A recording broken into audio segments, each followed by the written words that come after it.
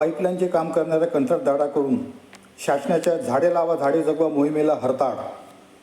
सदर कंत्राटदार रस्त्यालगतच्या झाडांना लागून पाईपलाईनसाठी खोदकाम करत असल्याने झाडांच्या मुळ्या पडतायत उघड्या, त्यामुळे झाडा वाढण्याची शक्यता बळावली. नागरिकांकडून संबंधित कंत्राटदारावर कारवाईची मागणी.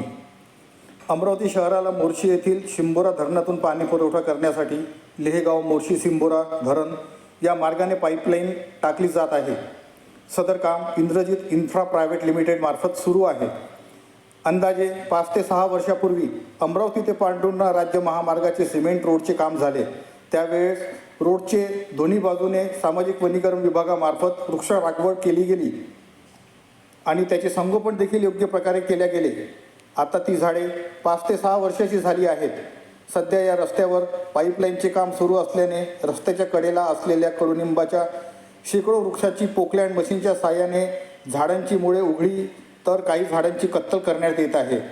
यावर प्रतिबंध न लावल्यास वृक्षांनी नटलेला हा राज्यमार्ग भकास होणार असून वाटसरूंना विसाव्यासाठी मैलोनमैल भटकावे लागणार हे त्रिकालबाधित सत्य आहे.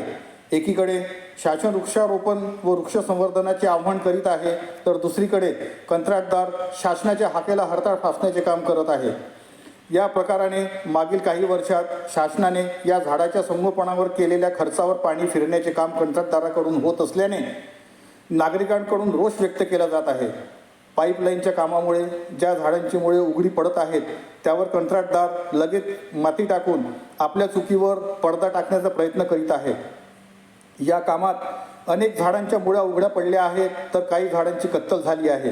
हा प्रकार म्हणजे शासकीय निधींची अक्षरशः उधळणच आहे.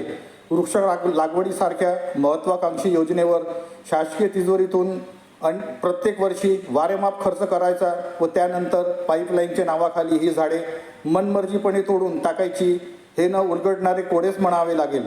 या संदर्भात संबंधित विभागाने दखल घेऊन सदर कंत्राटदाराच्या खोदकामावर मनाई करून कंत्राटदारावर कायदेशीर कारवाई करण्यात यावी, अशी मागणी नागरिकांकडून केली जात आहे.